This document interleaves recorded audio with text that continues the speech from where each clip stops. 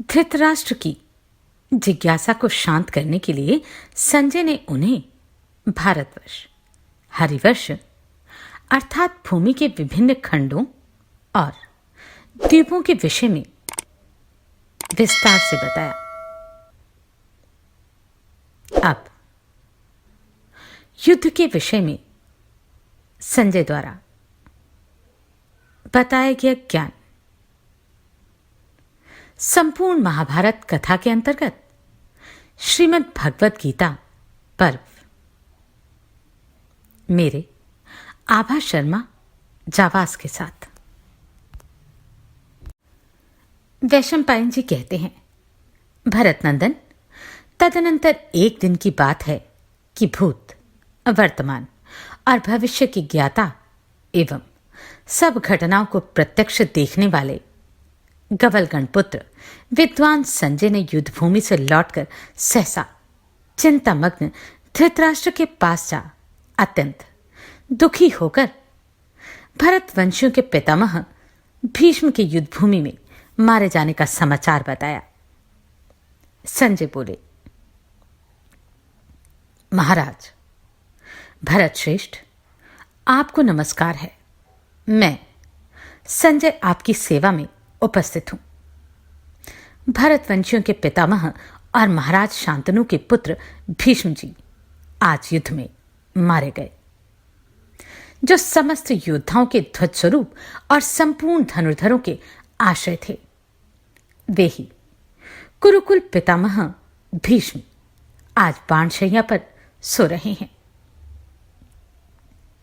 राजन, आपके पुत्र दुर्योधन ने जिनके बाहुबल का भरोसा करके जुए का खेल किया था, वे भीष्म शिखंडी के हाथों मारे जाकर रणभूमि में शयन करते हैं।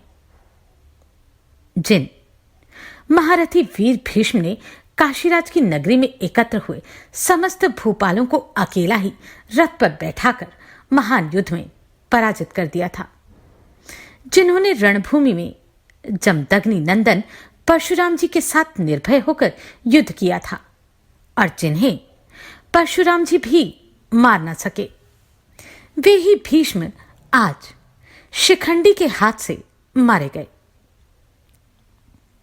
जो शौर्य में देवराज इंद्र के समान, स्थिरता में हिमालय के समान, गंभीरता में समुद्र के समान और सहनशीलता में पृथ्वी के समान थे, जो मनुष्यों में सिंह थे, बाण ही जिनकी दाढ़ें थी, धनुष जिनका फैला हुआ मुख था, तलवार ही जिनकी जीवा थी और इसलिए जिनके पास पहुंचना किसी के लिए भी अत्यंत कठिन था। वे ही आपके पिता भीष्म आज पांचाल राजकुमार शिखंडी के द्वारा मार गिराए गए। जैसे गांव का झुंड सिंह के देखते ही भय से व्याकुल हो उठता है, उसी प्रकार जिन्हें युद्ध में हथियार उठाए देख पांडवों की विशाल वाहिनी भय से उद्विग्न होकर थरथर कांपने लगती थी, वे ही शत्रु सैन्य संहारक भीष्म 10 दिनों तक आपकी सेना का संरक्षण करके अत्यंत दुष्कर पराक्रम प्रकट करते हुए अंत में सूर्य की भांति अस्ताचल को चले गए। जिन्होंने इंद्र की भांति शोभ रहित होकर हजारों बाणों की वर्षा करते हुए 10 दिनों में शत्रु पक्ष के 10 करोड़ योद्धाओं का संहार कर दिया, वे ही आज आंधी के उखाड़े हुए वृक्ष की भांति मारे जाकर युद्धभूमि में सो रहे हैं। भरतवंशी नरेश, यह सब आपकी कुमंत्रणा का फल है, नहीं तो भीष्म जी इस दुर्दशा के योग्य कदापि नहीं थे। धृतराष्ट्र बोले, संजय, कुरुकुल के श्रेष्ठतम पुरुष मेरे पितृतुल्य भीष्म शिखंडी के हाथ से कैसे मारे गए? वे इंद्र के समान पराक्रमी थे, वे रथ से कैसे गिरे? संजय, जिन्होंने अपने पिता के संतोष के लिए आजीवन ब्रह्मचर्य का पालन किया और जो देवताओं के समान बलवान थे, उन्हीं भीष्म से रहित होकर आज हमारे सैनिकों की कैसी अवस्था हुई है, यह बताओ, महाज्ञानी, महाधनुर्धर, महाबली और महान धैर्यशाली नरश्रेष्ठ भीष्म जी के मारे जाने पर तुम्हारे मन की कैसी अवस्था हुई? संजय, तुम कहते हो अकम्प्य वीर पुरुष सिंह, कुरुकुल शिरोमणि भीष्म जी मारे गए। इसे सुनकर मेरे हृदय में बड़ी पीड़ा हो रही है। संजय, जिस समय वे युद्ध के लिए अग्रसर हुए थे उस समय इनके पीछे कौन गए थे, अथवा उनके आगे कौन कौन वीर थे? कौन उनके साथ युद्ध में डटे रहे? कौन युद्ध छोड़कर भाग गए और किन लोगों ने सर्वथा उनका अनुसरण किया था? किन शूरवीरों ने शत्रु सेना में प्रवेश करते समय रथियों में सिंह के समान अद्भुत पराक्रमी क्षत्रिय शिरोमणि भीष्म जी के पास सहसा पहुंचकर सदा उनके पृष्ठभाग का अनुसरण किया? जैसे सूर्य अंधकार को नष्ट कर देता है, उसी प्रकार शत्रुसूदन भीष्म शत्रु सेना का नाश करते थे, जिनका तेज सहस्त्र किरणों वाले सूर्य के समान था, जिन्होंने शत्रुओं को भयभीत कर रखा था, जिन्होंने युद्ध में पांडवों पर दुष्कर पराक्रम किया था तथा जो उनकी सेना का निरंतर संहार कर रहे थे। उन अस्त्र विद्या के ज्ञाता दुर्जय वीर भीष्म जी को जिन्होंने रोका है, वे कौन हैं? संजय, तुम तो उनके पास ही थे। पांडवों ने युद्ध में शांतनु नंदन भीष्म को किस प्रकार आगे बढ़ने से रोका? जो शत्रुपक्ष की सेनाओं का निरंतर उच्छेद करते थे, बाण ही जिनकी दाढ़ें थी, धनुष ही खुला हुआ मुख था, तलवार ही जिनकी जीभा थी, उन भयंकर एवं दुर्धर्ष पुरुष सिंह भीष्म को कुंती नंदन अर्जुन ने युद्ध में कैसे मार गिराया? मनस्वी भीष्म इस प्रकार पराजय के योग्य नहीं थे। वे लज्जाशील और पराजय शून्य थे, जो उत्तम रथ पर बैठकर भयंकर धनुष और भयानक बाण लिए शत्रुओं के मस्तकों को सायकों द्वारा काट काट कर उनके ढेर लगा रहे थे। पांडवों की विशाल सेना दुर्धर्ष कालाग्नि के समान, जिन्हें युद्ध के लिए उद्वत देख सदा कांपने लगती थी, वे ही शत्रुसूदन भीष्म 10 दिनों तक शत्रुओं की सेना का संहार करते हुए अत्यंत दुष्कर पराक्रम दिखाकर सूर्य की भांति अस्त हो गए। जिन्होंने इंद्र के समान युद्ध में 10 दिनों तक अक्षय बाणों की वर्षा करके 10 करोड़ विपक्षी सेनाओं का संहार कर डाला, वे ही भरतवंशी वीर भीष्म मेरी कुमंत्रणा के कारण आंधी से उखाड़े गए वृक्ष की भांति युद्ध में मारे जाकर पृथ्वी पर शयन कर रहे हैं। वे कदापि इसके योग्य नहीं थे। शांतनु नंदन भीष्म तो बड़े भयंकर पराक्रमी थे। उन्हें सामने देखकर पांडव सेना उन पर प्रहार कैसे कर सकी? संजय, पांडवों ने भीष्म के साथ संग्राम कैसे किया? द्रोणाचार्य की जीते जी भीष्म विजयी कैसे नहीं हो सके? उस युद्ध में कृपाचार्य तथा भरद्वाज पुत्र द्रोणाचार्य दोनों ही उनके निकट थे, तो भी योद्धाओं में श्रेष्ठ भीष्म कैसे मारे गए? भीष्म तो युद्ध में देवताओं के लिए भी दुर्जय एवं अतिरथी थे।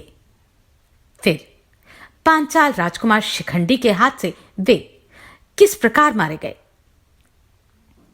जो रणभूमि में महाबली जमदग्नि नंदन परशुराम से भी टक्कर लेने की सदा इच्छा रखते थे, जिनका पराक्रम इंद्र के समान था और परशुराम जी भी जिन्हें पराजित न कर सके थे। संजय, महारथियों के कुल में प्रकट हुए वे महावीर भीष्म समर भूमि में किस प्रकार मारे गए, यह मुझे बताओ, क्योंकि मुझे शांति नहीं मिल रही। संजय, कभी युद्ध से पीछे न हटने वाले भीष्म जी का मेरे पक्ष के किन महाधनुर्धरों के साथ युद्ध नहीं हुआ? दुर्योधन की आज्ञा पाकर किन किन वीरों ने उन्हें सब ओर से घेर रखा था? संजय, जब शिखंडी आदि समस्त पांडव वीरों ने भीष्म पर आक्रमण किया, उस समय समस्त कौरवों ने कहीं अच्युत भीष्म का साथ छोड़ तो नहीं दिया था।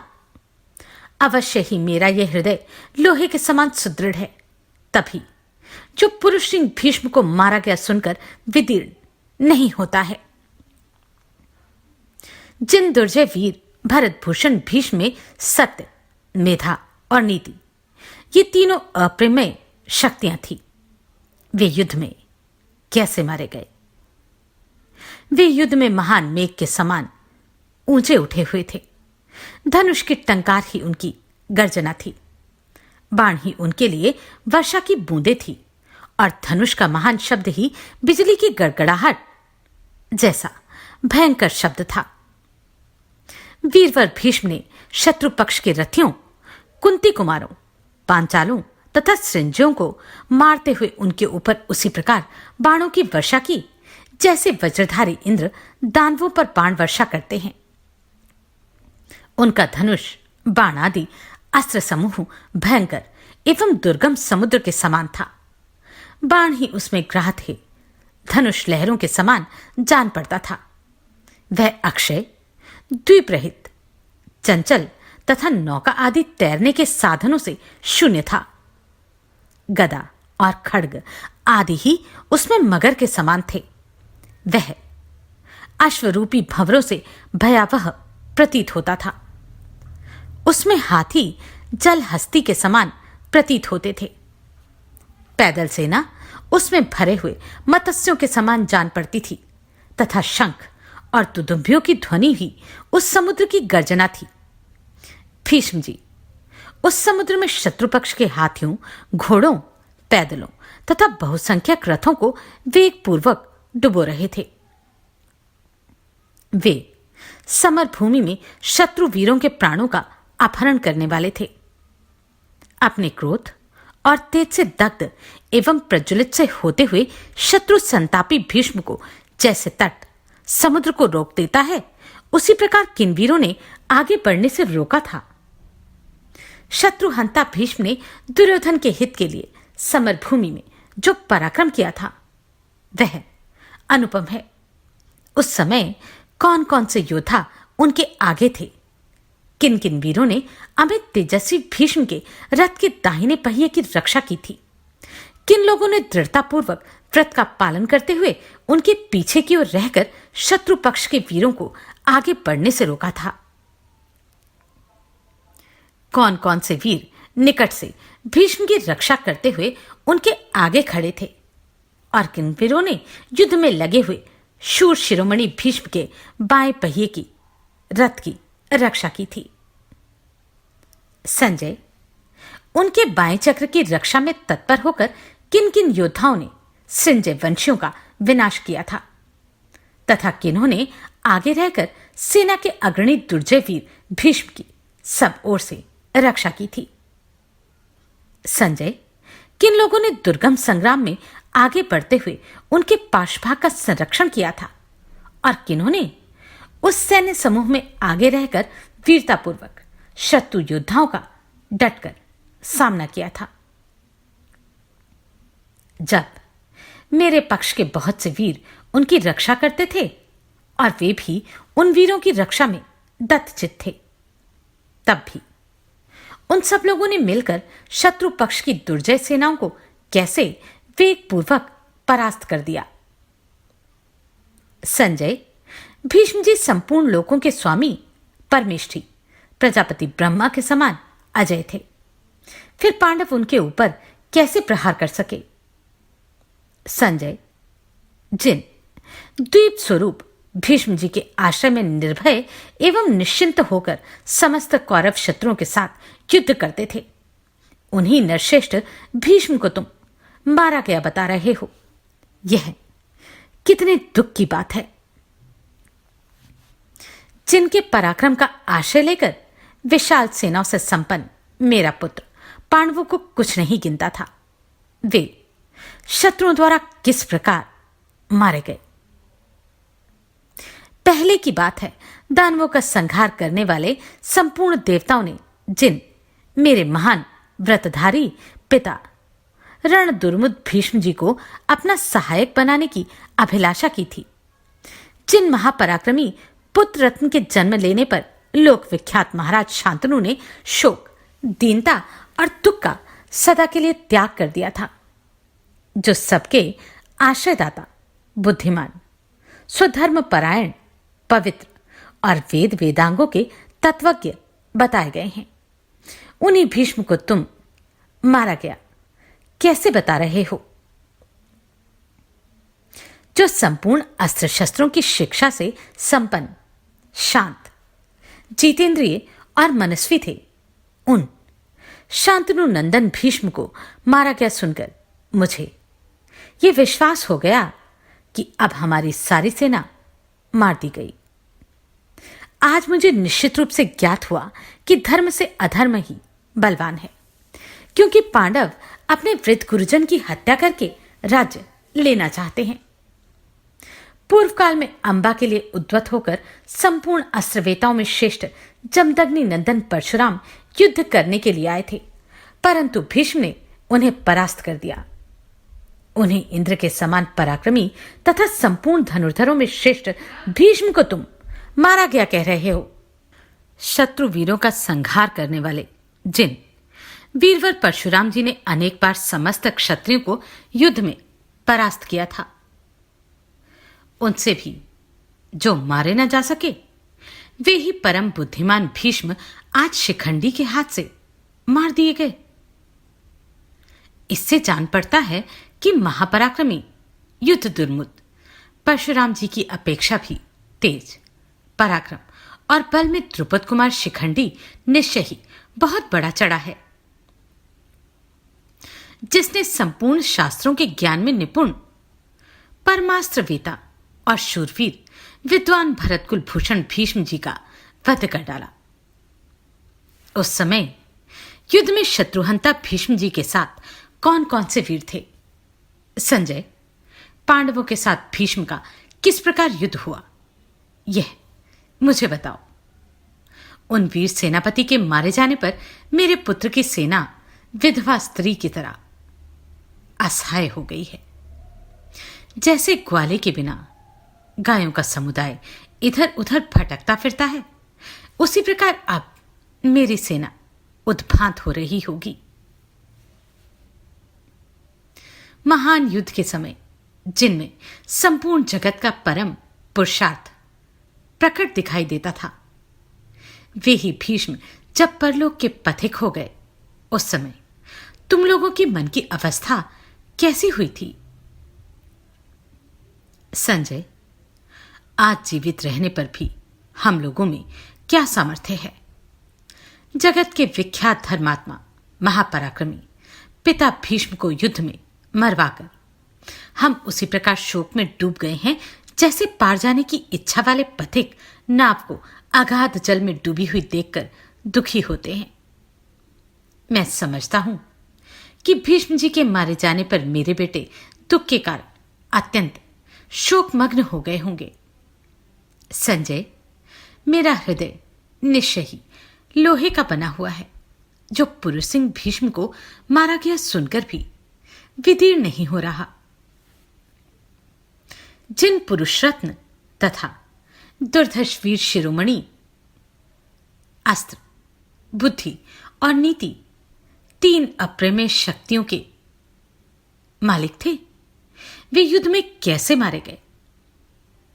जान पड़ता है कि अस्त्र से, शौर्य से, तपस्या से, बुद्धि से, धैर्य से तथा त्याग के द्वारा भी कोई मृत्यु से छूट नहीं सकता।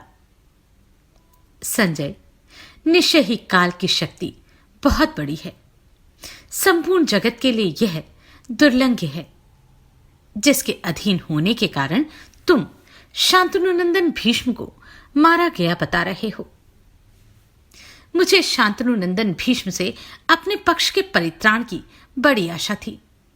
इस समय अपने पुत्र के शोक से संतप्त होकर मैं महान दुख से चिंतित हो उठा हूं।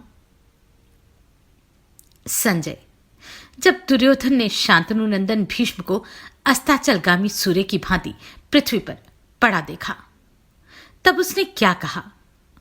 संजय, जब मैं अपनी बुद्धि से विचार करके देखता हूं तो अपने अथवा शत्रु पक्ष के राजाओं में से किसी का भी जीवन इस युद्ध में शेष रहता नहीं दिखाई देता। ऋषियों ने क्षत्रियों का यह धर्म अत्यंत कठोर निश्चित किया है, जिसमें रहते हुए पांडव शांतनु नंदन भीष्म को मारकर राज्य लेना चाहते हैं, अथवा हम भी तो उन महारथी भीष्म को मरवाकर ही राज्य लेना चाहते हैं। क्षत्रिय धर्म में स्थित हुए मेरे बच्चे कुंती कुमारों का कोई अपराध नहीं है। संजय, दुस्तर आपत्ति के समय श्रेष्ठ पुरुष को यही करना चाहिए जो भीष्म जी ने किया है कि वह शक्ति के अनुसार अधिक से अधिक पराक्रम करे। यह गुण भीष्म जी में पूर्ण रूप से प्रतिष्ठित था। भीष्म जी किसी से पराजित न होने वाले और लज्जाशील थे। विपक्षी सेनाओं का संहार करते हुए उन मेरे ताऊ भीष्म जी को पांडवों ने कैसे रोका, उन महामनस्वी वीरों ने किस प्रकार सेना संगठित की और किस प्रकार युद्ध किया। संजय, शत्रु ने मेरे आदरणीय पिता भीष्म का किस प्रकार वध किया। दुर्योधन, कर्ण, दुशासन तथा सुबलपुत्र ज्वारी शकुनी ने भीष्म जी के मारे जाने पर क्या क्या बातें कही। संजय, जहां मनुष्य, हाथी और घोड़ों के शरीर बिछे हुए थे, जहां बाण, शक्ति, महान खड्ग और तोमरूपी पासे फेंके जाते थे, जो युद्ध के कारण दुर्गम एवं महान भय देने वाली थी, उस रण क्षेत्र रूपी द्युत सभा में किन किन मंद बुद्धि जुआरियों ने प्रवेश किया था। जहां प्राणों की बाजी लगाई जाती थी, वह भयंकर जुए का खेल किन किन नरश्रेष्ठ वीरों ने खेला था। संजय, शांतनु नंदन भीष्म के सिवाय उस युद्ध में कौन कौन से हार रहे थे, किन किन लोगों की पराजय हुई थी और कौन कौन वीर बाणों के लक्ष्य बनकर मार गिराए गए, यह सब मुझे बताओ। युद्धभूमि में शोभा पाने वाले भयंकर पराक्रमी अपने ताऊ देवव्रत भीष्म को मारा गया सुनकर मेरे हृदय में शांति नहीं रह गई। उनके मारे जाने से मेरे पुत्रों की जो हानि होने वाली है, उसके कारण मेरे मन में भारी व्यथा जाग उठी है। संजय, तुम अपने वचन रूपी घृत की आहुति में उसमें डालकर मेरी उस चिंता एवं व्यथा रूपी अग्नि को और भी उद्दीप्त कर रहे हो। जिन्होंने संपूर्ण जगत में विख्यात उस युद्ध के महान भार को अपनी भुजाओं पर उठा रखा था, उन्हीं भीष्म जी को मारा गया देख मेरे पुत्र भारी शोक में पड़ गए होंगे, ऐसा मेरा विश्वास है। मैं दुर्योधन के द्वारा प्रकट किए हुए उन दुखों को सुनूंगा।